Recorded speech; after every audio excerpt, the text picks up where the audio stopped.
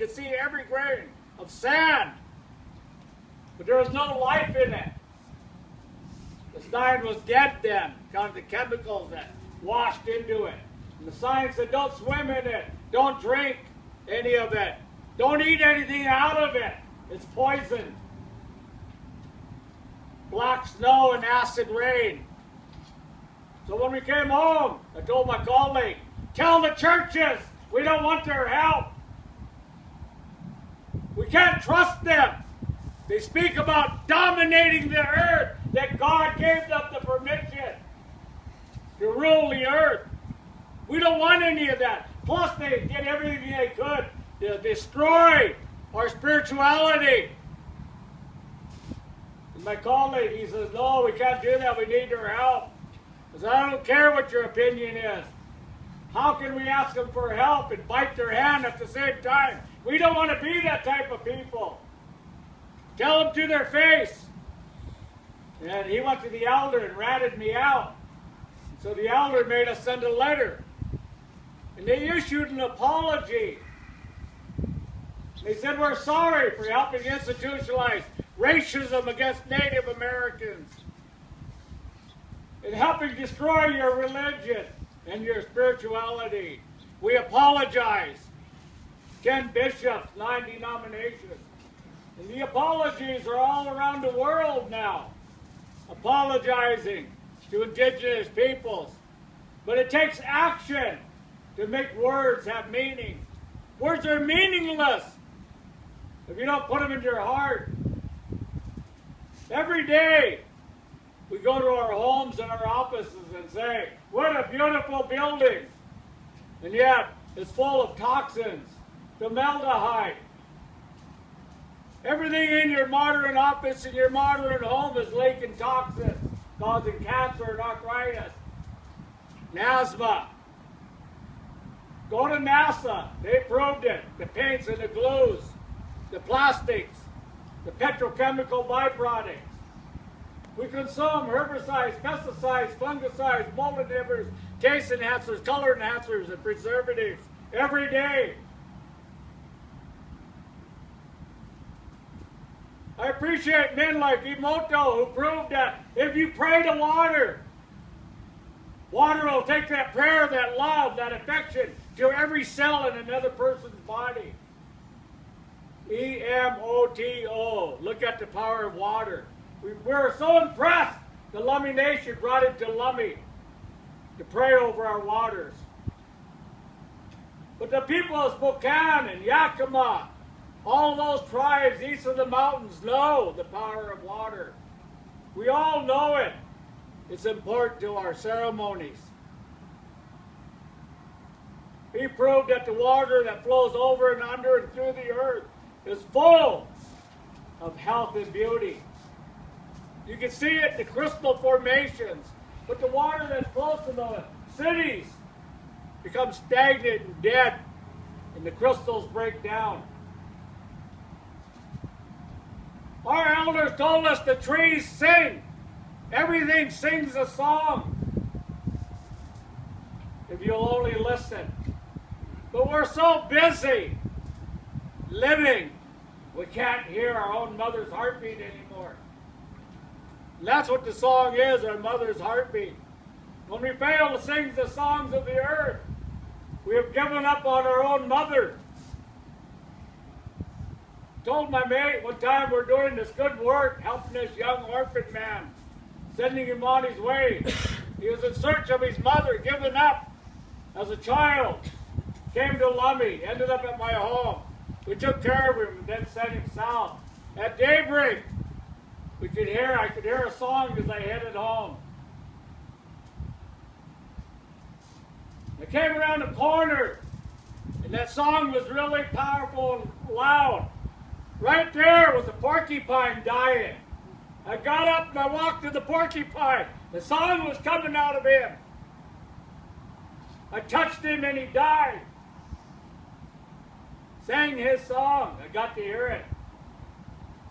Whoa, whoa, whoa, whoa, whoa, whoa, whoa, whoa, whoa,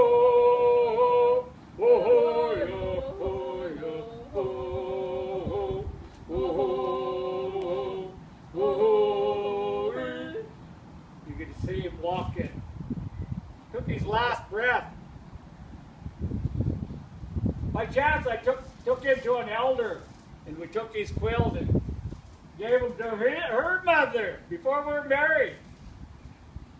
We wanted the elder to have them. So we sing that song for that little porcupine. Everything has song. And everything reflects a rhythm in life. That's what our belief was. People say that we're just faking it. You're not really the noble savage. What is the noble savage? That somebody that believes the earth is a beautiful place to live. That God, somebody bigger than us, created existence.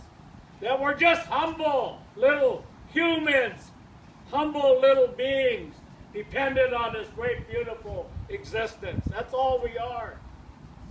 That's all our religion teaches us, our spirituality. That's what our songs are about. But we can't do it alone. Physicists will tell you there's a thing called a photon. It's a little teeny thing, and your eye is so wondrous. If you're in the pure dark in the corner of a closet at midnight, staring in the corner, you'll see one little blue beam. And you're not even sure if you saw it. That's one photon all by itself. It enlightened nothing but itself. That's who we are as individuals. We have no power beyond ourselves. We can't even enlighten ourselves. It takes all of us, the teachings of all of us, the voice of all of us. And through that, you got this. When the photons join together in a wave, they form a weenus. And they travel and they give light and color to the world around us. And that's what we're searching for, is that wave. But the wave will end if you don't take it and ask somebody, what are you doing? Let's go do something. Grab somebody by the hand. Walk with them. Talk with them. And move them to take action. That's what we hope to do. It's just a symbol. It's just a symbol. But Tom Sampson from Vancouver Island, our elder, says, you remember wherever you bring these totem poles, it's just a symbol. What is holy is the people that gather. That's the sacred moment. That creates the sacred.